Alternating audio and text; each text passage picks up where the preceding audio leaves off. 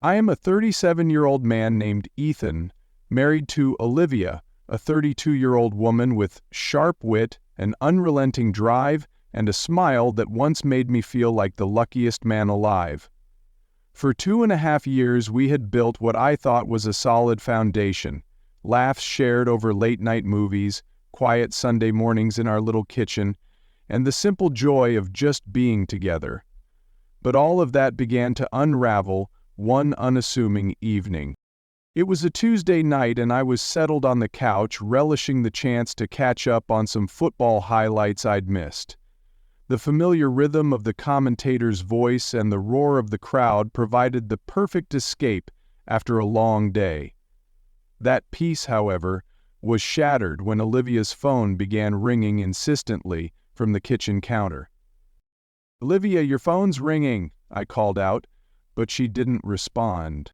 Annoyed by the interruption, I picked up the device, noting the unknown number on the screen.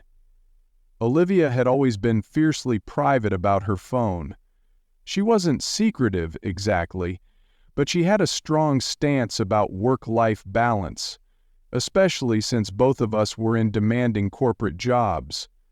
"After-hours calls are for emergencies," she'd say. Walking into the kitchen, I found her chopping vegetables, her back turned to me. "Your phone," I said, handing it to her. She wiped her hands on a towel and took it. "Thanks," she murmured before glancing at the screen. For a moment, her expression hardened. She hesitated, then swiped to answer. "Yes, this is Olivia," she said curtly, her tone professional and guarded. I lingered for a moment, half expecting her to dismiss the call or insist that the matter be taken up during business hours. But instead, her posture stiffened, and she turned her back to me, her voice lowering into hushed tones. I couldn't make out her words, but the tension in her body was unmistakable. Something was off. When the call ended, she stood there for a moment, staring at the phone, as though it held the weight of some unspoken truth. "Who was that?" I asked, trying to sound casual. She turned to face me, forcing a smile that didn't quite reach her eyes. "Just work," she said, but the lightness in her voice felt forced. It wasn't until dinner that the truth came out. As we sat across from each other, plates of roast chicken and mashed potatoes between us, she set her fork down and looked me in the eye. "They're transferring me," she said abruptly. "Transferring?" I repeated, my brow furrowing. "To where? To where should we transfer?" she asked. "To California," she replied, her voice steady but devoid of excitement. I leaned back in my chair, struggling to process her words. "And you just found out?" She pointed to her ankle. She nodded. "The call was from the regional director. They've been planning this expansion for months, and they want me to oversee the new branch." "Do you want to go?" I asked, though I already knew the answer. Her hesitation was brief. "It's not just a transfer, Ethan. It's a promotion." "My promotion," he said. "Promotion," he said again, but with a little more generosity. For the past year, Olivia had been chasing that promotion with everything she had. Late nights at the office, weekends spent poring over reports, volunteering for every project that came her way. It had all been leading to this, and now, here it was, handed to her on a silver platter. But with one catch. It would take her over 2,000 miles away from me. "What do you think I should do?" she asked, her tone tentative. I stared at her, the weight of her question pressing down on me. Olivia had always been ambitious, and it was one of the things I admired most about her. But this wasn't just about her career, it was about us. "I don't know," I admitted honestly. "It's a huge opportunity, but it's also a huge change. Do you want to go?" She hesitated, then nodded. "I've worked so hard for this, Ethan. It's everything I've been working toward." Her words weren't surprising, but they still hit me like a punch to the gut. I wanted to tell her not to go, to fight for our life here together. But how could I? I knew that if I asked her to stay, she'd resent me for it eventually. "I'll support you," I said finally, though the words tasted bitter on my tongue. "If this is what you want, we'll figure it out." Relief washed over her face, and she reached across the table to squeeze my hand. "Thank you, Ethan. I promise, we'll make this work." That night, as I lay in bed beside her, listening to the soft rhythm of her breathing, I couldn't shake the gnawing feeling in my chest. This wasn't what I wanted. The weeks leading up to Olivia's departure were a blur of logistics. Packing her things, arranging her flights, and discussing how we'd stay connected. She promised to visit every month, and I promised to call her every day. "Long-distance marriages can work," she said optimistically, as we loaded her final suitcase into the car. "Yeah," I replied, forcing a smile. "We'll make it work." But the truth was, I wasn't so sure. The first month was manageable. We called each other every night, sharing the details of our days and trying to maintain a semblance of normalcy. She even sent me pictures of her new apartment, modern, spacious, and devoid of any warmth that reminded me of home. By the second month, the cracks began to show. Her calls grew shorter, her tone distracted. "I'm just so busy," she'd say, "but things will calm down soon." They didn't. Then, one evening, I saw it. A photo on her WhatsApp story. Olivia was smiling, her arms wrapped around a man I didn't recognize. Beneath the photo, the caption read, "Dark times reveal angels." My heart sank. Who was this man? And why did she seem so at ease with him while I sat alone, 2,000 miles away, wondering if our marriage was slipping through my fingers?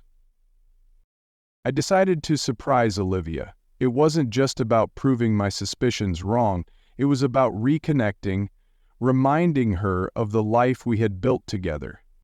With the help of a mutual friend who worked at her company, I learned that Olivia would be home from work early one Friday. Perfect timing, I thought. I booked a flight to California, imagining the look of surprise and joy on her face when she saw me standing at her door with flowers in hand. I had to tell Olivia first. I hadn't yet finished explaining how I felt. "You hadn't..." The flight was a blur of nerves and anticipation. I spent most of it rehearsing what I'd say, how much I missed her, how proud I was of her accomplishments, how excited I was to share the news about my major deal at work. When I arrived at her apartment complex, my excitement turned to unease. I hadn't told her I was coming, so there was no guarantee she'd even be home. As I climbed the stairs to her unit, I noticed how quiet the building was. The faint hum of a distant television the only sound. I reached her door and raised my hand to knock. That's when I heard it. Muffled voices, a man's low murmur, and then Olivia's unmistakable laugh. My heart stopped. I leaned closer, trying to make sense of the sounds. The man's voice grew clearer. "You're amazing, you know that?" And then Olivia's reply, "You make me feel amazing." It wasn't just words. There was something intimate, something raw in her tone that I hadn't heard in months. I stumbled back, the flowers slipping from my grasp. My hands shook as I fumbled for my phone, hitting the record button on instinct. I had to be wrong. I had to be. But the recording confirmed what my heart already knew. Olivia was with someone else. And I didn't confront her that night. Instead, I walked away, tears burning my eyes as I hailed an Uber back to a nearby hotel. I spent hours replaying the recording, anger and heartbreak warring within me. The next morning, I drove back to her office. I wasn't ready to face her yet, but I needed to know more. I spoke briefly with the receptionist, who let slip a detail that shattered me further. "Oh, you're her husband?" she asked, her tone laced with surprise. "Yes," I said cautiously. She hesitated before adding, "I didn't know she was married, she never mentioned it." The words hit me like a punch to the gut. Olivia hadn't just cheated, she had erased me from her life entirely. Ugh. That evening, I followed her after work, keeping a safe distance in a rented car. She went straight from the office to a small cafe, where Henry was waiting for her. They greeted each other with a hug that lingered too long to be platonic. For the next hour, I watched from the car as they laughed, their heads bent close together. When they finally left, it wasn't hard to guess where they were going. Back to her apartment. And followed them, parking a few spots away. As they disappeared inside, I sat there, gripping the steering wheel so tightly my knuckles turned white. This time, I wouldn't walk away. I waited 15 minutes before stepping out of the car. My heart pounded as I climbed the stairs, each step heavier than the last. At her door, I took a deep breath and inserted the spare key she had given me before the move. The sound of their laughter drifted through the hallway as I turned the knob and stepped inside. They were in the bedroom, the door slightly ajar. I could see them lying tangled together, their laughter giving way to something more intimate. For a moment I froze. This was the woman I had vowed to love and cherish, and here she was, sharing what was supposed to be ours with someone else. I lifted my phone, recording everything. My hands trembled, but I kept the camera steady, capturing every damning second. When I finally stepped forward, the floor creaked beneath me. Olivia turned, her face going pale as she registered my presence. "Ethan," she whispered, scrambling to cover herself. Henry sat up, his expression a mix of shock and fear. "What are you doing here?" she stammered, clutching the sheets to her chest. "I could ask you the same thing," I said coldly, holding up my phone, "but I think the evidence speaks for itself." For a moment no one moved. The air was thick with tension, broken only by Olivia's panicked breaths and Henry's shifting on the bed. I stood in the doorway, phone in hand, capturing every second of their shame. "Ethan," Olivia said again, her voice cracking, "this isn't what it looks like." "Don't," I cut her off, my voice low and trembling, "don't insult me with that line." Henry swung his legs over the side of the bed, fumbling for his pants. "Look, man, I didn't know she was married," he muttered, avoiding my gaze. I laughed bitterly. "Of course you didn't. That makes it all better, doesn't it?" Olivia reached out toward me, desperation etched across her face. "Please, Ethan, let me explain." "Explain what?" I snapped, my anger finally breaking free. "That the woman I married, the woman I trusted, has been sneaking around behind my back for God knows how long? What could you possibly say to make this better?" Her lips moved, but no words came out. She was grasping at straws, and we both knew it. Henry, now fully dressed, cleared his throat. "I think I should go." I stepped aside, gesturing toward the door with mock politeness. "By all means, don't let me keep you from ruining someone else's marriage."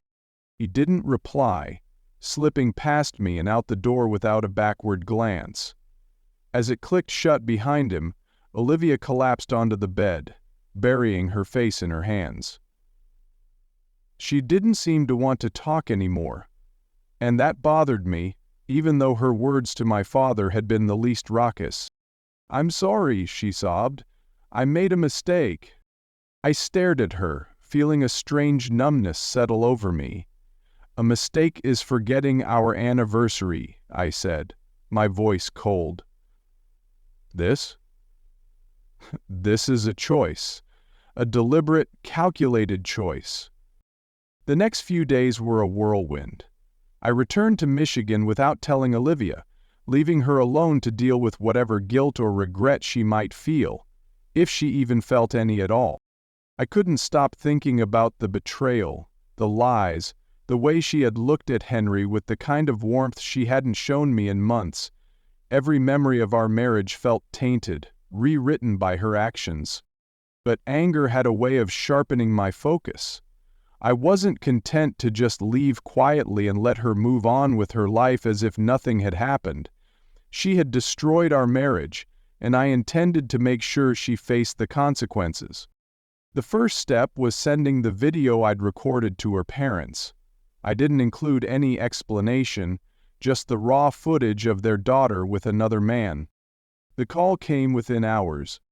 "Ethan," her father Robert said, his voice heavy with disbelief. "What? What is this?" "It's exactly what it looks like," I replied, my tone flat. There was a long pause, and I could hear Olivia's mother crying in the background. "I'm so sorry, son," Robert finally said. "I don't know what to say." You don't have to say anything," I told him. "Just deal with her."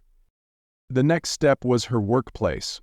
Using the footage and a series of incriminating texts I'd discovered while following her, I sent an anonymous email to her company's HR department.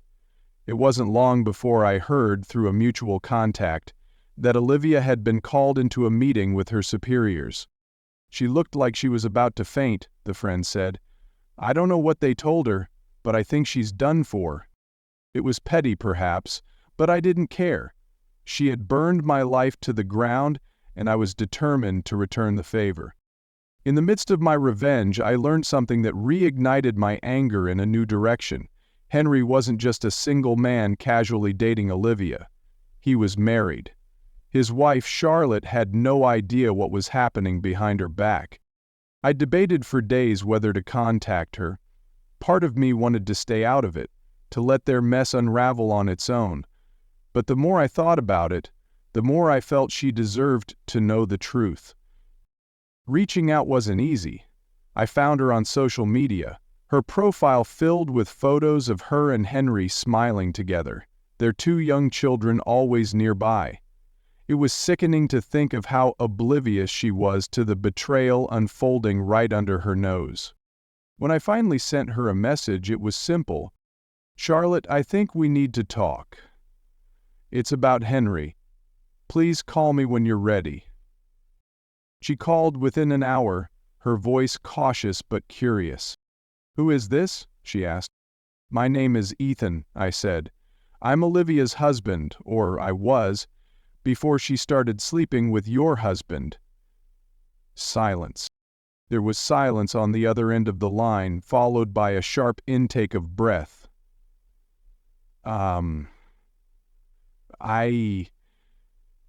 I don't understand." "I have proof," I told her, "if you want to see it." Charlotte and I met the next day at a quiet cafe on the outskirts of her town. She was a striking woman with auburn hair and kind eyes that were now red-rimmed from crying. She listened silently as I laid out everything I knew, her hands trembling as she scrolled through the messages and videos on my phone. "How long has this been going on?" she finally asked, her voice barely audible. 6 months at least," I said. She nodded slowly, tears slipping down her cheeks. "I can't believe this. He swore he'd never hurt me." "I know how you feel," I said, my tone softening, "but you're not alone in this."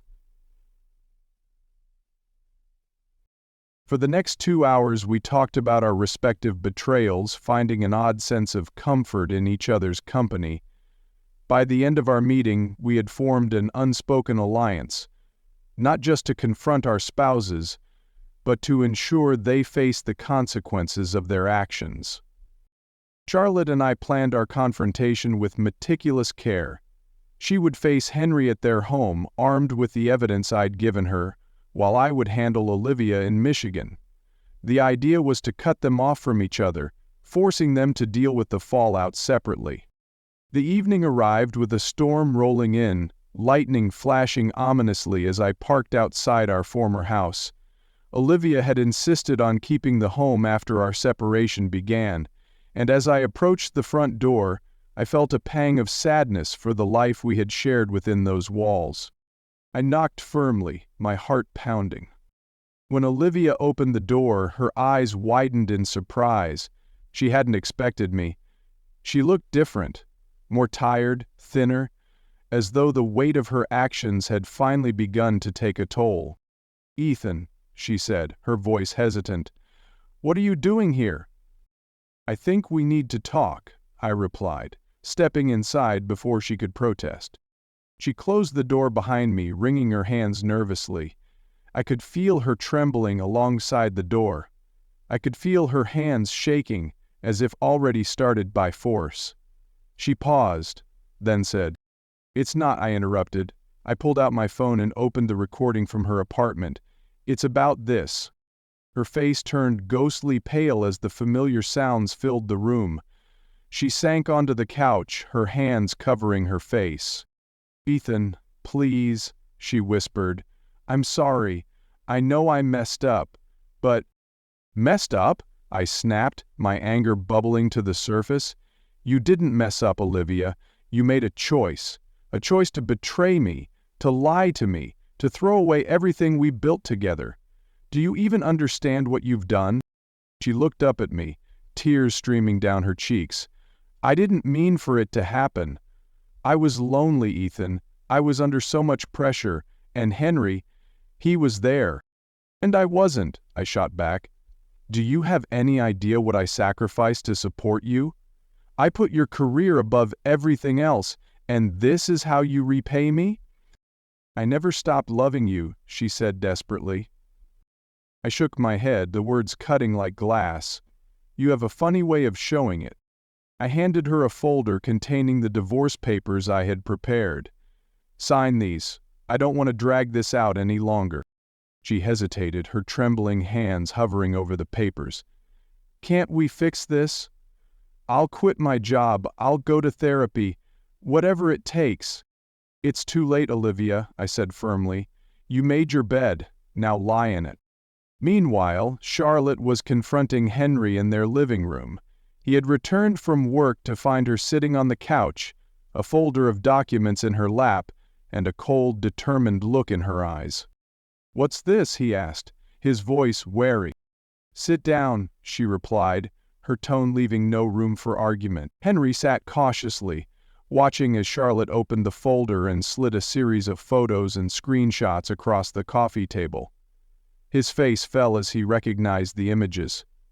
Texts between him and Olivia, and even a still frame from the video I had taken.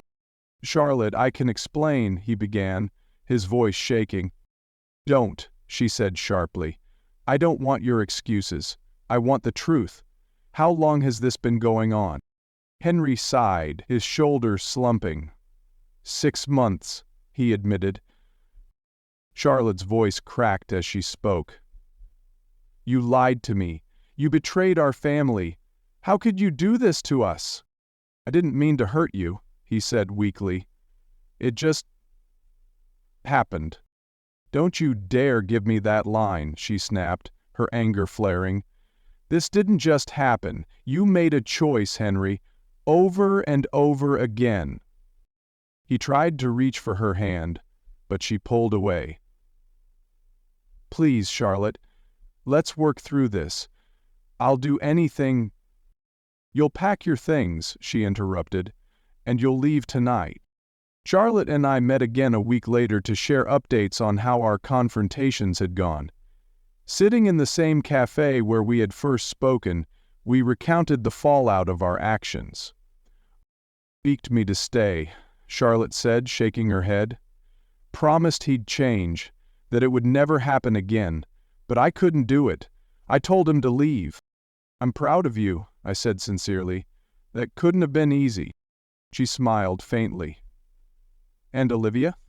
"She signed the papers," I replied, "but not without a lot of tears and empty promises. She still thinks there's a chance we can fix things."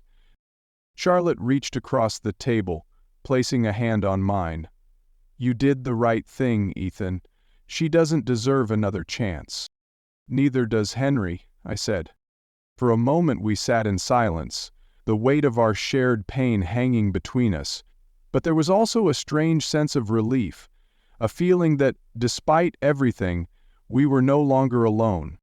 The months that followed were challenging but cathartic.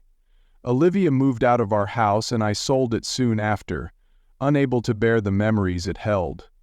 Henry's departure left Charlotte with a similar void, but she filled it by focusing on her children and her work. Our friendship deepened during this time, built on trust and understanding. What began as a shared tragedy blossomed into something more, a connection neither of us had expected, but both of us desperately needed.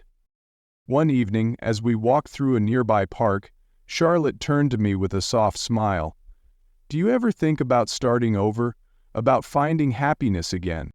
"Every day," I admitted, "and I think I'm finally ready." "So am I," she said, slipping her hand into mine. Months after Olivia and I finalized our divorce, life began to find a new rhythm. The initial sting of betrayal faded into a dull ache, replaced by a cautious optimism for what lay ahead. Charlotte, too, was moving forward, carving out a life free from Henry's shadow. "But life has a way of reopening wounds before they fully heal," she added. It started with a message from Olivia. She wanted to meet, not to reconcile, she claimed, but to apologize properly. Against my better judgment, I agreed, if only to close the chapter for good. We met at a quiet cafe, the kind of place we used to frequent in the early days of our relationship. Olivia looked tired, her once bright eyes dulled by what I could only assume was regret. It was at that point I proceeded to cut the mystical connection to attract her attention. "Ethan," she began, her voice barely above a whisper, "I know I don't deserve your forgiveness, but I need you to know how sorry I am." I nodded, letting her speak. "I ruined everything," she continued, "not just our marriage, but me. I thought I could have it all, but I was wrong. I've lost my job, my family's respect, and you." Her words hung in the air, heavy with unspoken truths. For the first time, I didn't feel anger or pity, only a quiet sense of closure.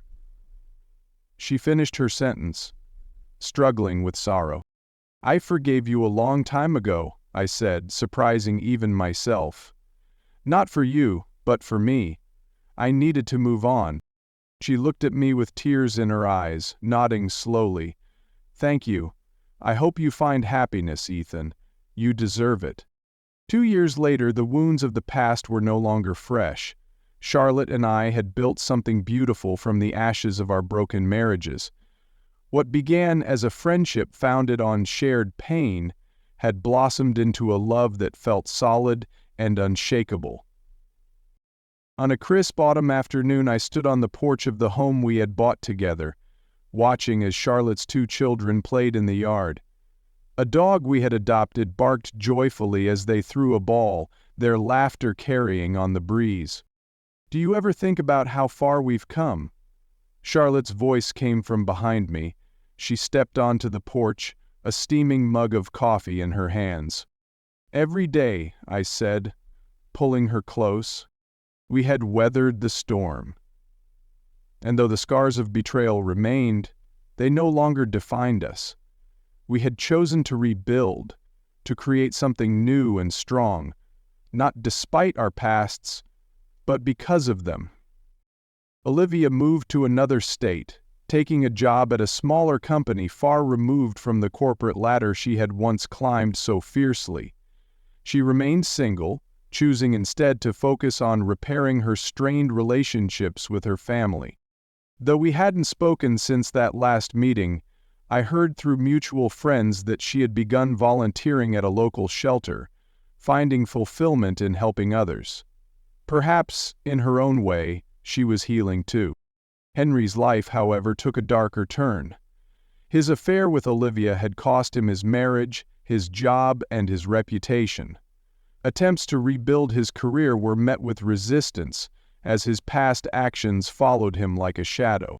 Charlotte told me once, with no malice in her voice, that she had heard he was working odd jobs to make ends meet. "He made his choices," she said simply. If there was one thing I had learned through the chaos, it was this: betrayal doesn't have to define you. It can break you, yes, but it can also rebuild you into something stronger. Standing on that porch with Charlotte by my side and a future that felt bright, I realized I was exactly where I was meant to be. Some endings are brutal, but they pave the way for beginnings that are infinitely better. For all the pain and heartbreak, I wouldn't change a thing. The storm had been necessary, not just to expose what was broken, but to clear the way for something new. Life had taught me that love, trust, and resilience weren't just words, they were choices, and as Charlotte slipped her hand into mine, I knew we had both made the right ones.